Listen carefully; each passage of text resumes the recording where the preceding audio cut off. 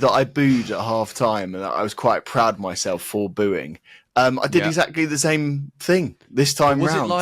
Was it a little bit of noise and then you walk down the stairs, or was it like a full on like, I'm not happy here, we're 2-0 down and you boo? You know, no, it was a full booing. And also, I'm sure you've heard the press of this, but there has been a lot of stuff about people sitting behind Enzo Maresca in the East Lower and giving him a lot of abuse. And fuck me, were there a lot of people giving him abuse? I heard that even from the upper tiers. So yeah, this is it's a toxic atmosphere. But for a manager to blame that atmosphere on a team's performances, bearing in mind he has been diabolical for quite a few games, and the first halves have been one of the worst set of first halves I think I've ever seen at Chelsea, and we've been there for 25 odd years, haven't we, you and I, watching the games.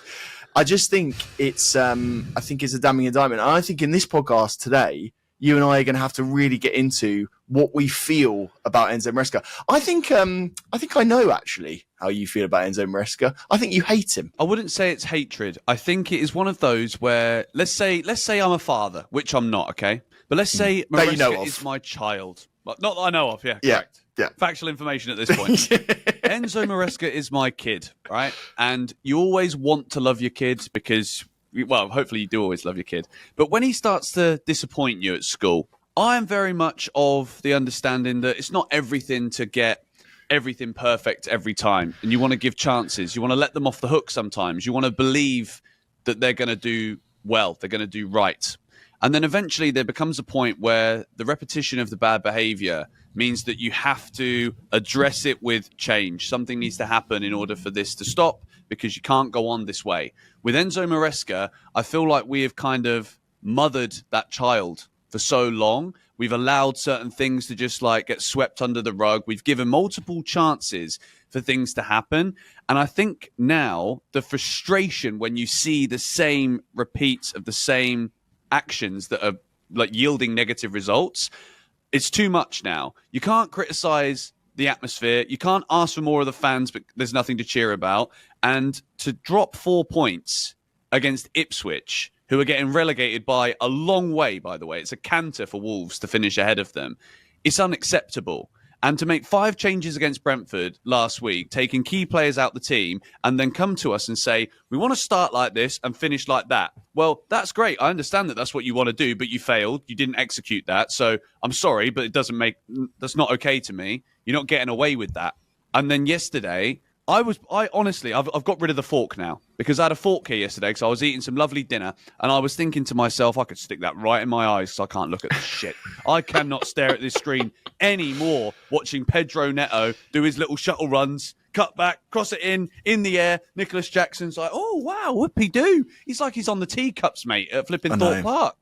Shall we break it down a bit, right? Because I think what is clear is that everyone right now is sick of the style of football and therefore Enzo Maresca. And I see a lot of people now being revisionist in terms of look at how well Pochettino is doing. And bear in mind, at this point last season, Pochettino had more points, which is just just crazy. But for me, I think what we should do is we should look at it agnostically and sort of, in isolation now. We should try and go, right, what is actually wrong with Enzo Maresca's style of football? I'll go first. And I think what we do is we just bat it back between each other, right? The way that we attack is something that I think we go, because we've just said the first halves are awful. I mean, that's a given. I mean, that's pretty obvious, isn't it? Like, we can't even score in the first half. I think for me, I'm watching it, and what I see in terms of the attacking play is, as you say, the ball gets moved from side to side. It gets out to a winger. The winger does an amazing job, beats his man, and gets a cross away. 9 times out of 10, that cross will either hit the first man or it will go too far and we'll miss all of our players. Even if it does hit the middle, Nicholas Jackson isn't renowned for his heading. And I don't even think he got anywhere near a header, really, in the game against Ipswich. So that is something that I find incredibly hilarious, is that they brought in a manager that was meant to be a free-flowing tactical thinker, someone that knew how to break down teams and was incredibly intelligent and smart, and also knew how to change games because of his tactical innovations and because he didn't believe in positions and all this shit and, meant to be a modern manager. And yet what we seem to be doing in every single game is we come across a low block because every other team in the entire world knows how to play against Chelsea, in that we can't play against a low block. That comes in, we can't break it down in any other way. So what we do is we go back to the crossing strategy. I find that's one of the biggest issues in the entire Enzo Maresca system for me. So that's my first big one. Would you agree with that? Mm-hmm. I think that is very fair. And I will just I will add some stats into this for us as well here. 47 times we tried to cross the ball into the box yesterday. 47. Are we Stoke City? Are we Leicester? I think that's a good question. What are we? Like, who are we right now? And that's the thing. I think the reason I can get so wound up and rage about this, I wouldn't mind us crossing the ball in the box if there was somebody to get on the end of it and score, because I've seen Didier Drogba bully defenders. I've seen Diego Costa bully defenders. I've seen strikers in the Premier League bully defenders and yield results from crossing the ball into the box. And these footballers at Chelsea Football Club, especially if you compare the starting 11s, and I'll put it up on the screen for you now. When you look at the calibre of footballer here in this Chelsea team, and you compare it to Ipswich Town yesterday, and the fact that we can't win these battles, the fact that we can't score goals from this methodology of playing football, absolutely has to fall, to me, on Enzo Maresca. Because it's the same repetitions. It's not... And I was saying this all week in the build-up to this game. I was bringing up statistics, and again, I'll show it on the screen here. When Chelsea have in excess of 68, 69% of the possession, we can't score. Okay, yesterday we scored 2 goals, but we had 34 shots, 4 of which are big chances. We scored 2 goals. Yes, their goalkeeper makes 8 saves, and some of those saves were absolutely ridiculous. But I think we should stop looking at all of this. Do you know what my least favourite phrase is in football? I can't stand this. He coached a win, though. Can we shut up with all of this nonsense about coaching a win? A win gets you 3 points. We haven't got that simple, against Brentford or Ipswich, mate. Yeah, we haven't. Yeah. And as a result of that, we're 6th in the league. It's ridiculous. Him, Malo Gusto, and Joshua Champong, who had a fantastic game, to be fair. Right? Yeah. And then you've then got 3 right backs on the bench. This isn't rocket science football, is it really? Malo Gusto comes on. I thought actually when he came on, he had a few moments, but that was maybe because he wasn't ready. He was coming in from the second half. But he changed the game, and we looked way more attacking, way more insightful. When we actually have some wing backs. Do you know what I mean? It's crazy to say that wing backs actually work for Chelsea. What a fucking surprise! So yeah, I do think this whole let's play a centre back at right back. Let's have Cucurella being our best number 9 option. It's just weird. Weird. I understand why he does it. I understand why he wants overloads, but like fucking hell, just play players in their positions. But you also say about Gusto not performing badly when he came on. I'd agree with that. I don't think Gusto was bad, but I would say that Gusto hasn't been performing very well. And I would say that Reece James has been performing very well. And my biggest gripe here, which for me, again, this isn't rocket science. This is common sense. Anyone who watches football could tell you that this is the truth. If Reece James is fit and healthy, what can he do very, very well that we clearly couldn't do very well yesterday? Cross the ball. If you're going to persist with 47 crosses in 90 minutes, 47, I'll say it again. If you're going to keep crossing it in, I don't think we should be doing that anyway, because there's no one in there to cross it to. But if you're going to be that insistent and incessant at this point on doing that, you've got the best crosser at the football club, maybe one of the best in the Premier League, just chilling out on the bench, warming up for a Polish side in a Conference League game that no one really cares about it. Like, I'm sorry, but all of this, we got a chance to get to a European semi-final as well. I think it is just like, as well as obviously looking at the team and looking at the clear stylistic issues that are coming our way, I think also it's just it seems insensitive. And I don't know if that means I'm too sensitive to how, like, I hear all of this. We've got Conference League, we can win this competition, all that stuff. I don't give a shit. But I really, really do care about us finishing in the top 4. I was jealous, bro, watching Arsenal last week. Jealousy, like proper, I want to be them. Like, I don't, just for the record, but like, I want to be in that competition. I want to hear that music. I want Real Madrid on a Tuesday night. I don't want to be playing against teams that I have to look up the spelling when I write my YouTube like thumbnails. I don't. It's want not that. easy to spell their name. To be fair, it's not easy. No, like, is it Warsaw or is it Warsawza? I don't know. I've got no idea. Is it ketchup? I don't know. Yeah, but like, it just seems to me as though this whole focus of we must be in the Champions League, which again has been a split narrative this season too, right? For me, it's at a point where I've seen and heard too many conflicting Maresca statements to take him seriously.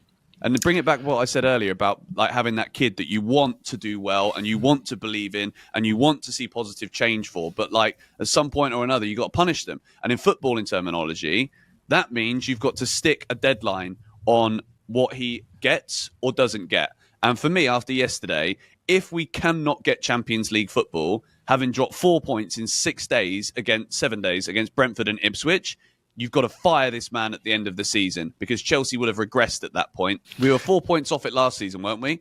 Yeah. Under Pochettino. Yep. And I think the damage from Pochettino was done way earlier. We got battered 5-0 at Arsenal, and I was like, get this flipping Spursy manager out of my club now. And then he did rectify things, to be fair to him. But with Maresca, it's been like a slow burner of decline. And then when you look at who he is and what he's done in football, that's the same story everywhere he's been. So based on this data that we are supposed to believe is the way that the club are being ran now, the data tells you something very clear, doesn't it?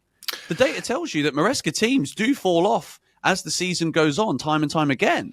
Yeah, and I think the ultimate question that we have to get to, and I'm very interested to see what you think on this as well, is there someone out there that is available that would be an improvement over Enzo Maresca?